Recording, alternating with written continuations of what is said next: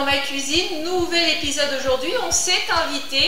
Nous avons été invités plutôt dans la cuisine d'Audrey. Bonjour Audrey. Bonjour. C'est un plaisir de vous partager aujourd'hui la recette du tarama. Alors moi je suis vraiment ravie parce que c'est la première fois que je vais faire du tarama. Donc je vais apprendre en même temps que vous. Alors Audrey, qu'est-ce qu'il nous faut pour faire du tarama? Alors il nous faut de la mie de pain. Donc là j'ai pris du pain de mie, mais on peut prendre aussi de la mie de pain rassis, un citron, du lait, n'importe lequel, de l'huile et bien sûr les œufs de cabillaud.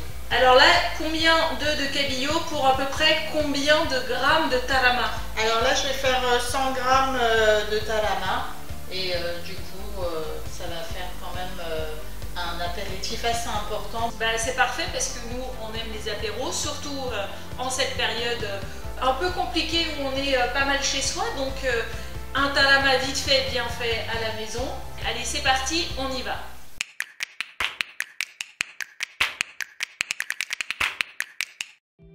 Audrey commence par imbiber le pain de mie dans le lait, puis elle met les œufs de cabillaud dans le robot mixeur à laquelle elle va ajouter le mélange pain plus lait en petits morceaux.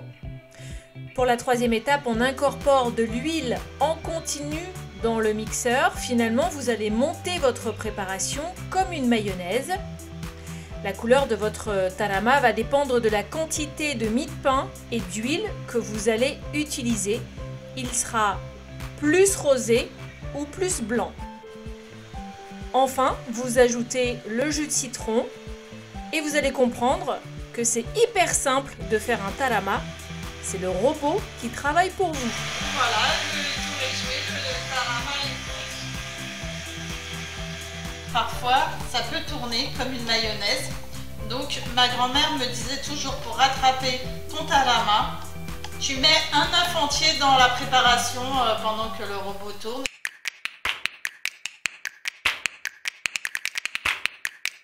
Ça y est, le tarama d'Audrey est fini. 5 minutes de préparation pour 3 secondes 30 de plaisir intense. En tout cas, merci beaucoup Audrey pour nous avoir accueillis dans ta cuisine pour la version de ton tarama arménien. Pourquoi nous précisons tarama arménien?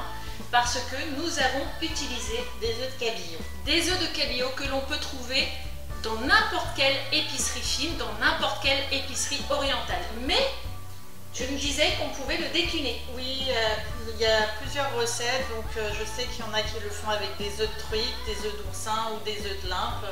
Il y a différentes déclinaisons du tarama, mais c'est vrai que chez nous, les Arméniens, on fait avec les œufs de cabillaud. Avec les œufs de cabillaud, donc le voici ici présenté dans une assiette. Possibilité de le présenter dans des petites verrines, si vous en avez évidemment, ou traditionnellement dans un plat.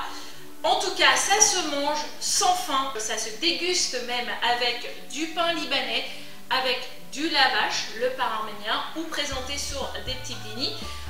Vraiment à consommer sans modération. Et je crois que tu avais une anecdote à nous dire, à nous raconter. Oui, tout à fait.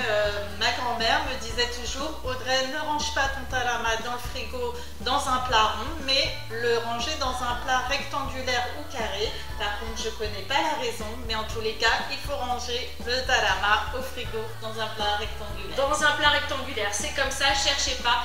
Votre tarama n'en sera que meilleur. Merci encore Audrey. C'était avec plaisir. À très bientôt pour une nouvelle recette de bienvenue dans ma cuisine.